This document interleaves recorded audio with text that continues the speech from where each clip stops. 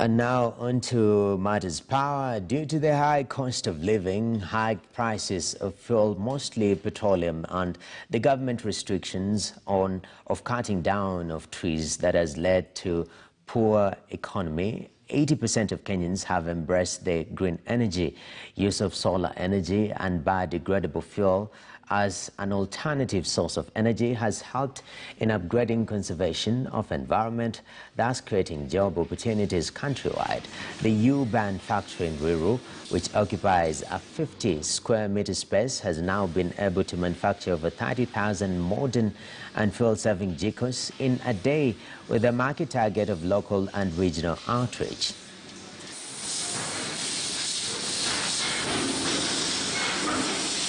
Percent of Kenyans use wood or charcoal to cook, which is biomass. Now, the demand for our products in clean cooking has been growing over the years and the months. And even in a year like 2020, which was very difficult, we found that our sales were stable, and in some cases we even did more sales because the demand of our product is high. Now, the demand of our product is high for a number of reasons. Number one, when you're cooking, biomass like charcoal tends to be very expensive. So there's a saving that the customer is putting in their pocket. The second thing is in terms of emissions and health and overall experience, our product tends to be very superior to what is in the market. Also developing the LPG stove, which is 100% renewable. You know, we were moving to like LPG and electricity. We have the electric pressure cooker, which is basically the cheapest way to cook. Currently is using the electric pressure cooker, and that is 100% renewable energy. So we understand the journey, and we are also working every day. As much as we are making the charcoal and the biomass stoves, we are also it's very clear in our minds that we need to transition people to 100% renewable sources of energy like the electricity. So we are developing products every day that are geared towards using 100% renewable energy. Well, now we are joined by Mohammed Gulade to discuss the issue of power. Mr. Gulade, starting off, 70% electrification in the country. This seems like a good progress. Is this figure in proper sync with what exactly is happening on the ground? Thank you very much. This 70% is indeed a progress compared to 2009, when we were having only 23% of the population of Kenya that had access to electricity generally. But the truth of the matter is, where is this 70% concentrated? That's what really for me is a question. If you check very well, most of the investments since then up to now, particularly under the Jubilee administration, which, to say the truth, credit to them, have really invested in the last mile connectivity. But unfortunately, these were mainly concentrated on what you will call the main highways and the high potential areas of Kenya, the main cities and areas around them.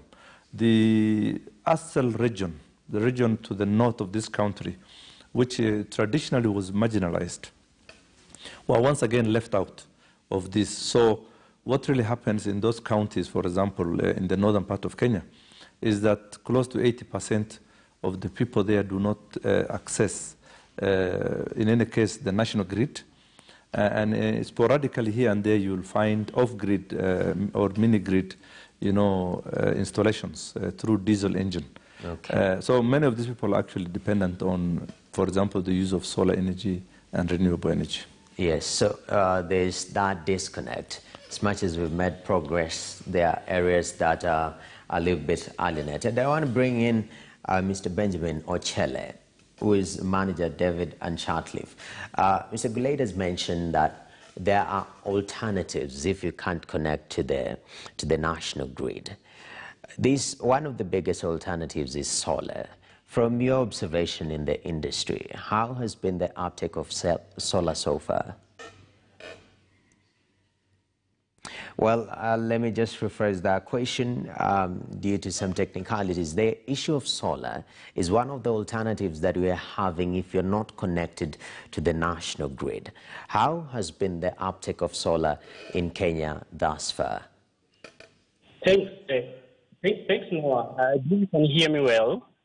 Actually, it's interesting, and it's a discussion I like. Actually, discussing about solar energy, and over the past couple of years, we've seen the narrative being more simplified, and the simplification of the narrative has led to increased usage of solar energy. And if you can compare, like a couple of years ago, we will say about 10 years ago, if you look at the price of solar per watt then compared to now, then we are talking about a reduction of cost, in input cost to a tune of between 100 shillings per watt then and above, and we are talking about below 30 shillings. And this actually has led to, increased usage of solar. And again, solar has become a common thing in terms of application, widespread application. Previously, we used to know that, those who are able, those who are privileged in the high-end society are the people who would access solar, but now only for lighting purposes. But now we've had various applications and on the use of solar. Like now it's used for pumping, we use it for lighting, we have street lights done on solar, and generally solar can be used even as prime power, to power a given equipment or something like that. So that has led to, an uptake and increased usage. And finally on that, something that has increased the usage of solar across would be on the small, older items, when you have, there are things that we call pico solar, pico solar equipment, where you have like 2 bulbs and a solar panel, a small solar panel that every poor or a low-income earning citizen or in this country or even outside the whole world can afford. Then, that's an interesting thing. In such a case, you find the usage getting wider. Now, finally, if I would say, we've also had, we also have things like a reduction in the cost of the control systems. These has arisen by improved technology that we've had on the gadgets or the support systems that are used on the solar controls. The grades of solar have improved. Now we have a wider grade. We can talk of A, B, C, and D, and every citizen or every user can choose where his pockets or her pockets fit for consumption.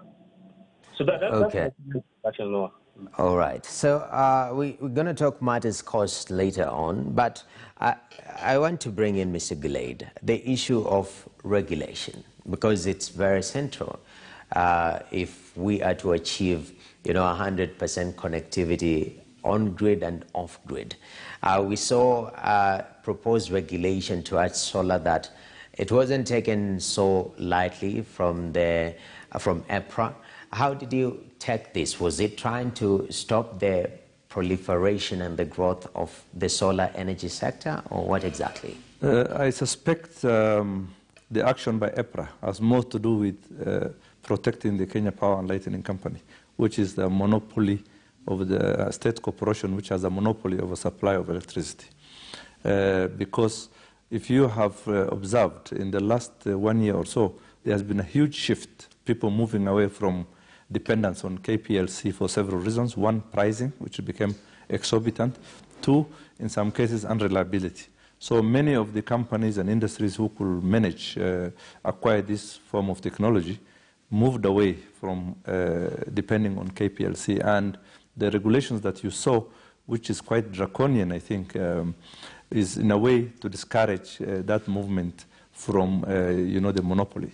Number two, it's not only the EPRA. We have also had the issue of taxation. Remember, there has been a flip-flop with regards to taxing off-grid or rather renewable energy.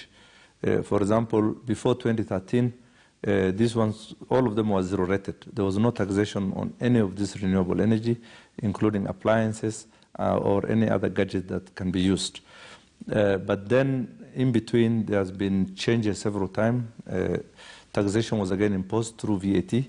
But now, recently, during the COVID, we saw that the government again had decided to once again impose VAT on renewable energy to the tune of 16%. So that will enormously discourage people from investing in this renewable energy, particularly solar. Particularly again with regard to people in the pastoralist and northern part of Kenya, where the grid virtually does not exist. Probably the only solution they have is use of renewable energy through solar and other means. Definitely. So that's one of the challenges that we are facing now. Yeah, and Benjamin, the issue of cost, factoring in what Mr. Guled has spoken about, taxation, proposed regulations that are not that friendly. At the end of the day, on an average Kenyan home, how much will it cost to have a solar unit that will maybe give you light and power for your appliances here and there? Mr. Mohammed has mentioned, it's really interesting that the government has had a lot of fluctuating positions and maybe changing goalposts in terms of regulation relating to cost and VAT. This, to be honest, has affected people and it discourages. And we keep pushing, through other forum, and mobilizing just to let the government understand that if these costs have to be there, then there has to be other conditions or other push by the government itself to help the people. Like, for example, if the government comes up to, give a condition to institutions, companies, and also, we have even the county government or even the national government itself to support the locals by giving them power. If they have community projects like water supply systems, like, small factories in the villages, these ones should be subsidized by the government in terms of having a strong input, in terms of that is putting powering these systems using solar.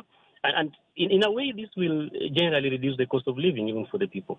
Now, even if they don't have them for lighting, but they will have the items or equipment that run their lives that through water and energy being supported by solar.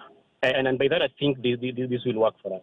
And when you talk about big consumers, like institutions, like schools, this is the time that I feel the government, in as much as the costs are coming up slightly based on the taxation that have been imposed, this is the time that they should push for a waiver, on some of these costs that affect institutions. And this will even push even alumni groups, even to, adopting classrooms, adopting dormitories, and powering them using solar energy to reduce the general consumption. Because you and I know that the running cost of solar is generally low. But I'm happy that some institutions have picked it up. The county governments are doing these projects. I can name several of them that are now using solar in the major community support projects that they do for the people. And that is quite interesting that it is devolved. As we finish up, Mr. Guled, now moving forward, because as much as we can talk about companies, we are seeing them using solar partially and main grid partially to subsidize their cost and bring the cost of electricity down. But for Mwananchi, at the end of the day, who's getting some crazy bills from Kenya Power, what is the way forward? I think the way forward is to completely liberalize the supply of power. Right now, the monopoly is killing. I remember the county governments, many of the county governments had attempted to allow investors to come in and produce solar locally through either wind or solar. And that has not been possible because power purchase agreements regulation that is in place does not allow that kind of flexibility. All power has to be supplied through KPLC, and that is really disadvantaging this diversification of sources of power.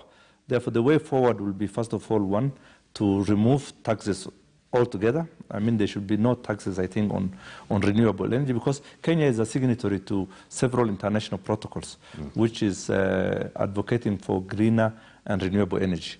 Number two, we are shooting ourselves in the foot. On the one hand, the government had carried out an active, policy to make sure that people are accessible to electricity.